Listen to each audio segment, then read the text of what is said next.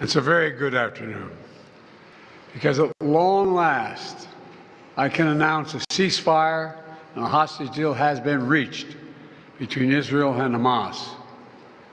For more than 15 months of conflict that began with Hezbollah's brutal massacre on October the 7th, more than 15 months of terror for the hostages, their families, the Israeli people, more than 15 months of suffering by the innocent people of Gaza. Fighting in Gaza will stop, and soon the hostages will return home to their families. The elements of this deal are what I laid out in detail this past May.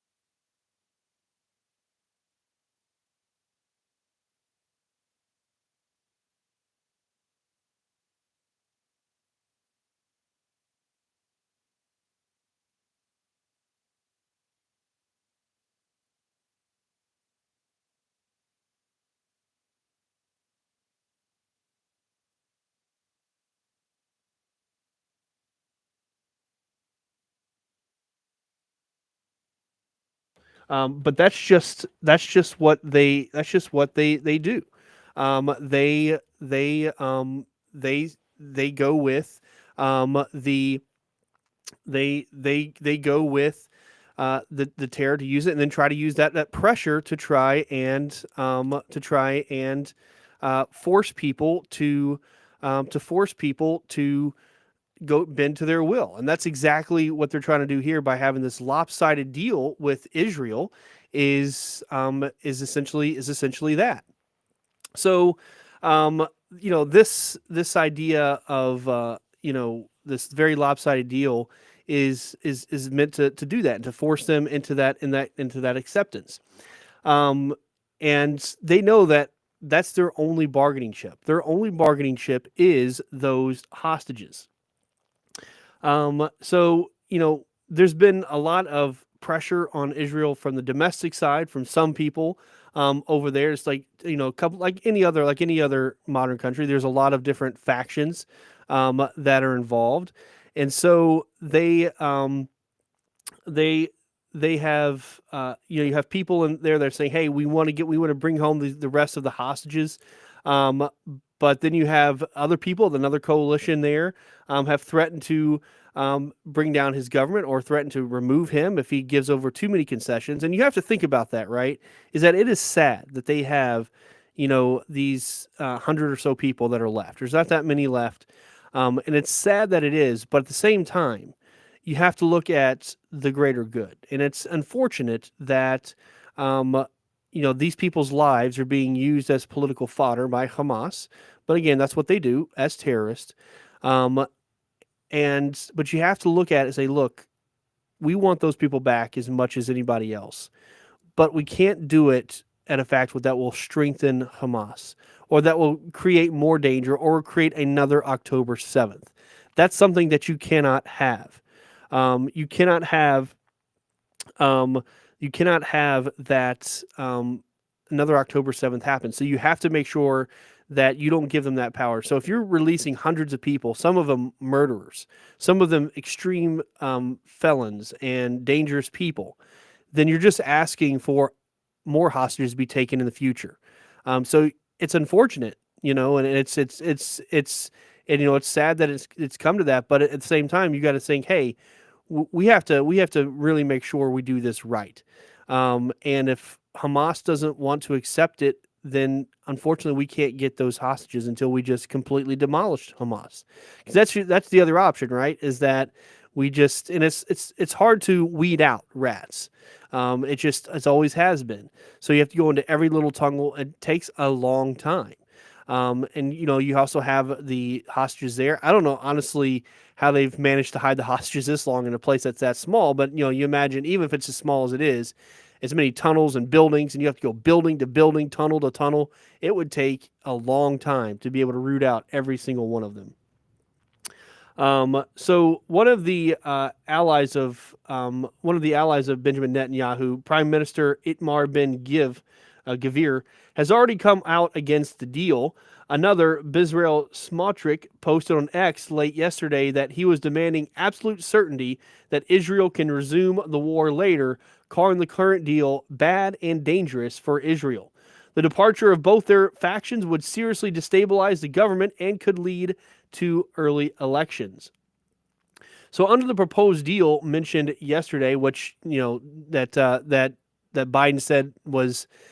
Biden said did actually occur, even though it didn't. 33 of the some 100 hostages who remain in Gaza are set to be released over the next 6 weeks in exchange for hundreds of Palestinians imprisoned by Israel. Israel forces will then pull back from many areas, including hundreds of thousands of Palestinians would be able to return to what's left of their homes, and there would be a surge of humanitarian assistance. The remainder of the hostages are to be released. So some, 70 plus. So only 33% of the 100 left would only go under this first one, right? 33 that Israel would get in exchange for hundreds of them, and they're getting 33 women and children of Israel, and Israel's supposed to send to them murderers, essentially. Doesn't seem very fair to me. But anyway, the remainder of the hostages, including male soldiers that are part of that, are to be released in a second and much more difficult phase that would be negotiating during the first. So essentially, that's to me, they put out this so-called 3-plan deals. I went into detail yesterday, so I don't want to go all into details of that again. But essentially, this 3-phase deal, really they're only agreeing to phase 1. And then we'll get to phase 2 and phase 3 after phase 1 happens. And if phase 1 doesn't work, then there's not going to be any phase 2 or phase 3, which makes sense, right? So there's really only this phase 1 because they have to negotiate that phase 2 during the phase 1. And Hamas has said it will not release the remaining captives without a lasting ceasefire and a full Israeli withdrawal, while Israel has vowed to keep fighting until it dismantles the group and to maintain open-ended security control over the territory.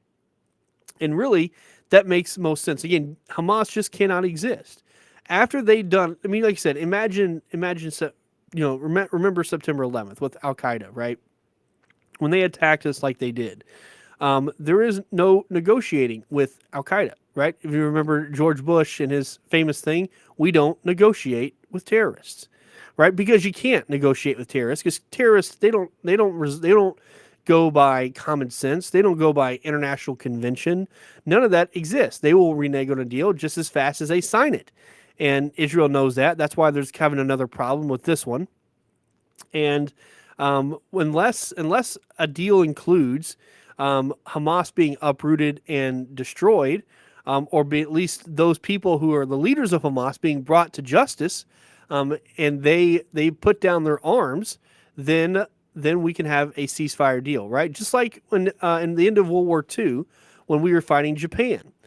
It took 2 atomic bombs to do it, but when we did, we had an unconditional surrender of Japan. That's the only way it could have happened. There is no conditions with our negotiations with them. It's like, look, we have bombed you into oblivion. Now you will sign this deal to stop hostilities. Otherwise, you're going to get another one, right? It's that simple. That's what it boils down to. And it's in our interest. It was in Japan. Japan doesn't want to see another one of these huge bombs again. And we don't want to have to keep sending them. There's no reason we have to keep bombing them like that. So let's come to an agreement. Let's come to a ceasefire, if you will, right? In that case, a peace treaty, and that could only happen with an unconditional surrender. That's what we required of Japan. There was no negotiation with it. It will be unconditional. Bottom line. Period. End of sentence. Right? The same thing has to happen with Hamas, and really, you can't even really sign an agreement with Hamas because they don't even believe that Israel should exist. So why are they going to sign any other deal? So mediators from Egypt, Qatar, and the U.S. are expected to meet in Cairo today for talks on implementing the agreement, which came after a year of intensive talks and repeated setbacks, and again, yet another setback. As I mentioned yesterday, in the last few weeks, U.S. President-elect Donald Trump's Mideast envoy joined the talks in this last few weeks. They're getting closer to a deal. And maybe Israel is also just waiting for Donald Trump to be inaugurated, and they know that they'll have a little bit more leeway in this, right? And a little bit more, some of the pressure taken off, because Donald Trump's always been a ally of Israel. He's the one who moved the embassy from Tel Aviv to Jerusalem, a pretty major deal at the time, and so that they know that if he gets in there, they're going to have that little bit more freedom. And that's, to me, the bottom line is I'm not a fan of sending money, or any more money than we have, money or arms or anything like that to Israel. I'm just a fan of staying out of their way. It's not for us to dictate what they should do. Now, we can be a part of and help out with negotiations, right? That's totally fine. And that's to try to work out both sides. But then again, you can't negotiate with terrorists, right? You just can't. That's just not how they operate. So many longer-term questions about post-war Gaza remain, including who will rule the territory or oversee the daunting task of reconstruction. And if anything is in the past, probably the United States. I hope to God not. I hope that Donald Trump say, look, it's a lot of destruction there. Israel, if you want control over it, then Israel, you're going to have to rebuild it. That's just the way it is. But we're not going to rebuild it. We've been rebuilding enough things around the world. As I like to say too, I was just talking about World War II, is to bring it back to World War II. So you look at a place like Munich, Germany, after World War II, it was completely bombed out, smoldering in ruins. Or you look at Hiroshima, Japan, which literally had an atomic bomb dropped onto it and leveled with nothing. You look at either of those two cities, and at the time, you look at any of those two cities in 1945 or 1946, right after World War II, and then you look at Detroit in 1946, booming place, massive population, a lot of jobs, and then you look at those three cities now, and we had paid money to rebuild Germany and Japan, and those places are thriving. Hiroshima is now one of the largest auto manufacturing areas in Japan. It's where Mazda is based out of. Same thing in Munich, Germany. Meanwhile, Detroit, it looks like it was a war zone. If you were to bring someone and no one knew anything about World War II, and you say, hey, look at these three cities, which one do you think had massive bombing in 60 years ago? They would probably point to Detroit. So we have always been building up other places to the detriment of our own. Now, that's not, obviously Detroit had a lot of other issues, right? That's not the only reason, but I think it's very interesting to see that dichotomy between our own cities and cities that we destroyed and have paid to rebuild while our own cities suffered.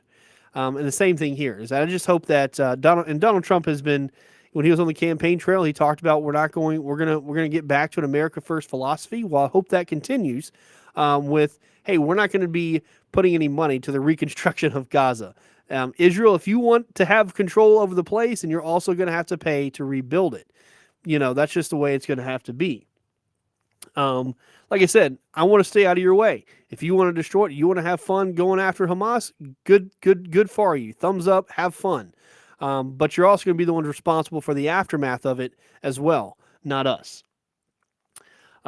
So again, Hamas is a militant group that does not accept the Israel's existence. And so again, how can someone who doesn't accept Israel's existence, how can you negotiate with that person? They don't,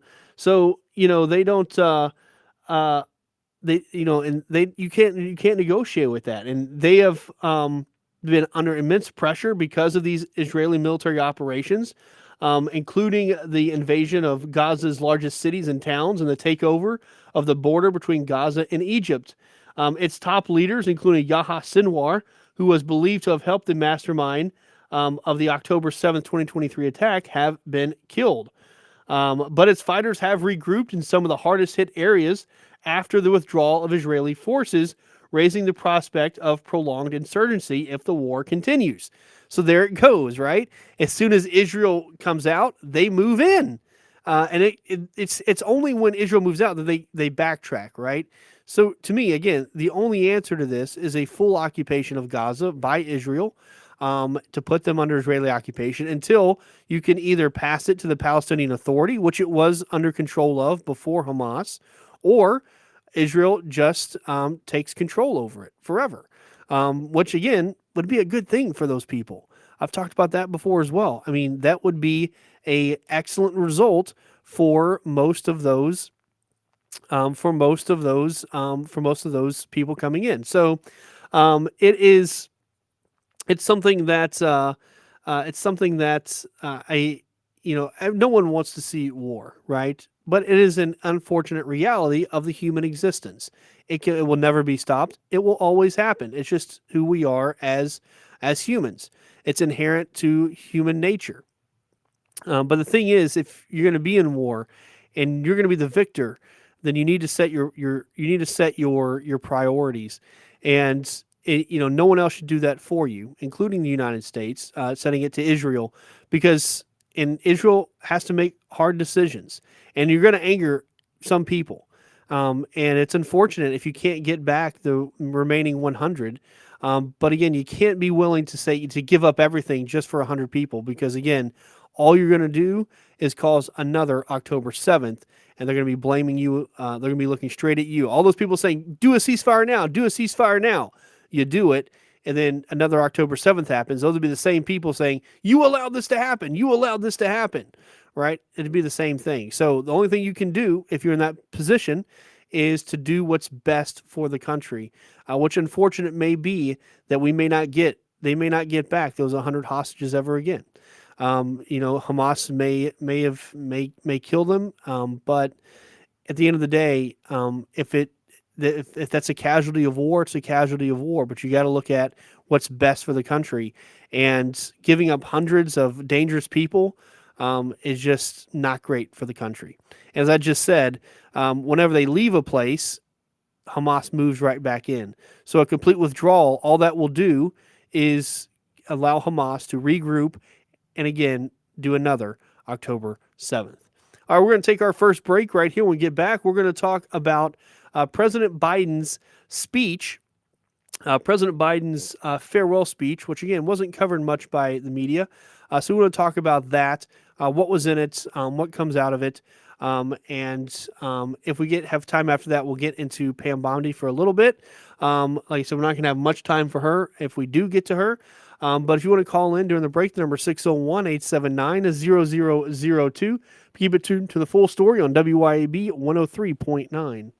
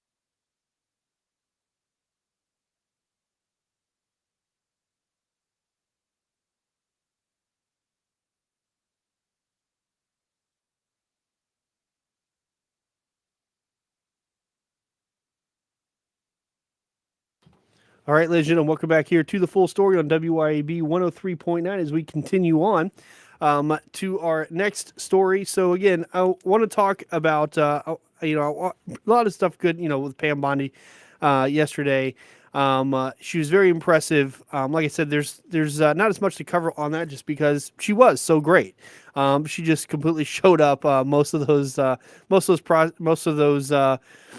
Democrats out there had to call during the break. He said, "Why didn't you go? Why didn't you attack more or go back?" She's like, she doesn't want to give people like that legitimacy, right? Don't lean into their idiocracy.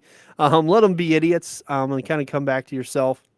But before if we have time, but I want to first cover something that is stupid, and that was Biden's farewell address. So, with only days left in the White House, President Joe Biden was saving a few surprises for his farewell address yesterday evening. And instead of summing up his term in his office with, talking about his legacy, which I guess there is none, he used the opportunity to issue dire warnings about the future and to call for deep changes to the country's foundational document, the Constitution, in case you're wondering. That's another word for the Constitution.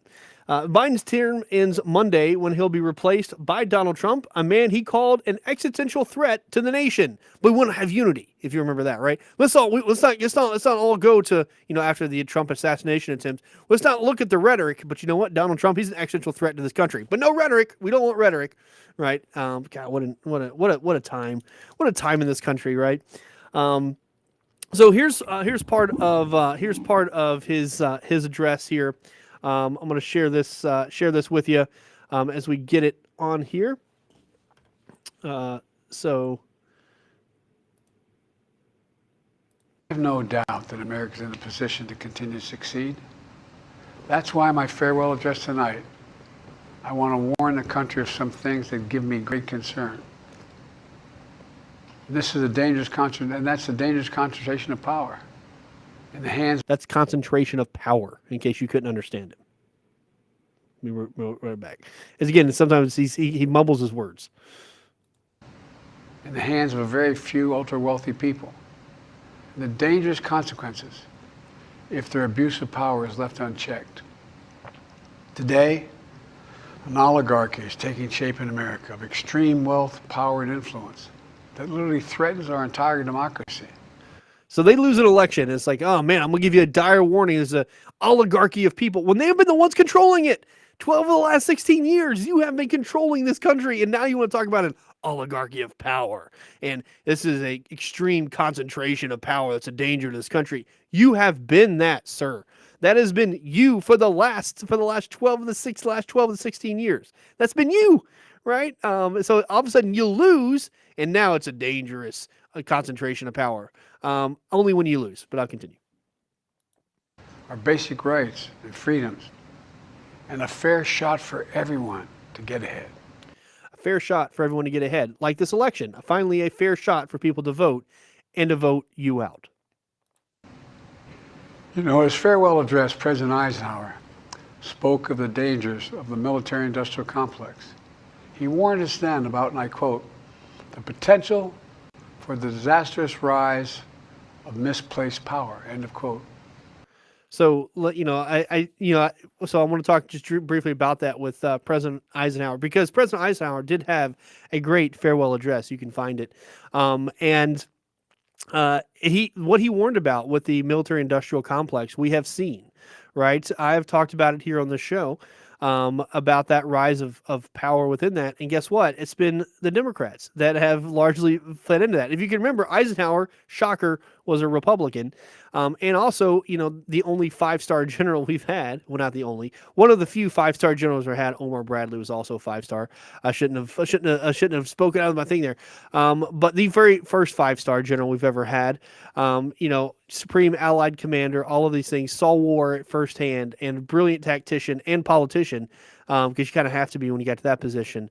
And that rise of the military-industrial complex has been crazy, and you see this in Ukraine, right? So I think it's funny he said that, because the military-industrial complex is what has caused Biden to completely 100% support Ukraine as they get the kickbacks from those deals. So I thought it was very interesting that he brought that up, because he is right there causing that problem, right? So, I mean, of all the things to bring up, that to me is one of the worst ones because he's the one who is fed into that military industrial complex, especially as it comes to Ukraine. Okay, let me back it up just a second as we go back through that. Of misplaced power, end of quote. 6 decades later, I'm equally concerned about the potential rise of a tech industrial complex that could pose real dangers for our country as well. A tech industrial complex. This is what I find interesting. I guess he's talking about Elon Musk because he didn't get the support of that. And you know, it's so funny. They're all for that, right? When people like Facebook and all that was modifying or changing things for them or keeping out stories, moderating things for them and doing what they wanted. And then all of a sudden, when the tech doesn't want to do what they want anymore, when Facebook says we're not going to be moderating anymore, when Elon Musk buys X, we have things, you know, like we're coming here live on Rumble, right? All these things that allow free speech. All of a sudden, I'm worried about the tech industrial complex, these dangerous people. But just years ago, you're just all for them when they're doing your own bidding. But now that they're not doing your bidding, now they're not. Now you don't like them. You don't like them as much if they're no longer doing your bidding. Okay, let's continue on.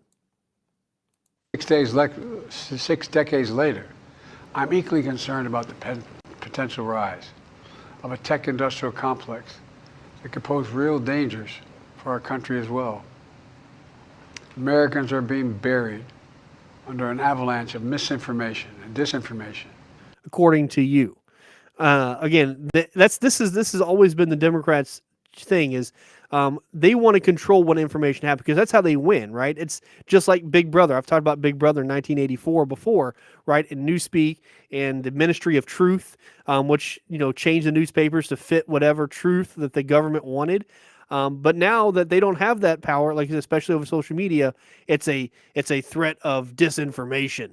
That's just called the First Amendment.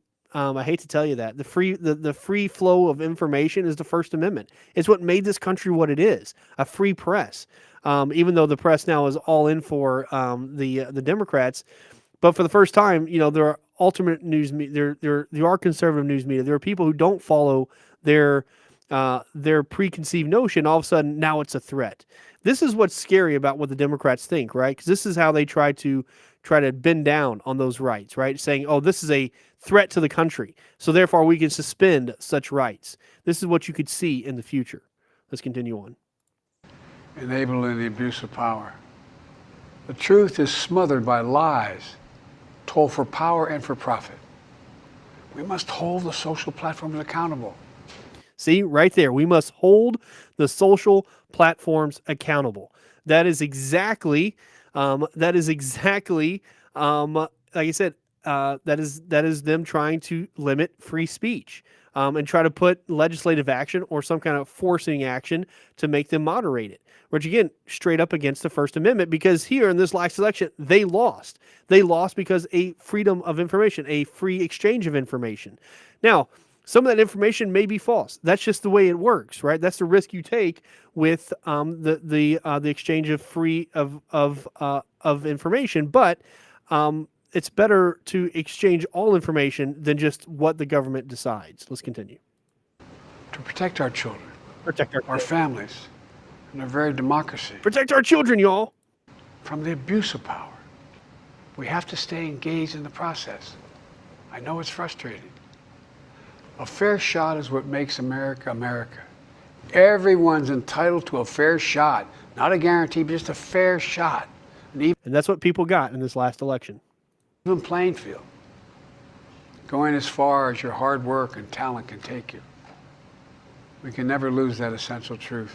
Remain who we are. All right, you're going to stop it there. He also called for a constitutional amendment. We're running out of time here.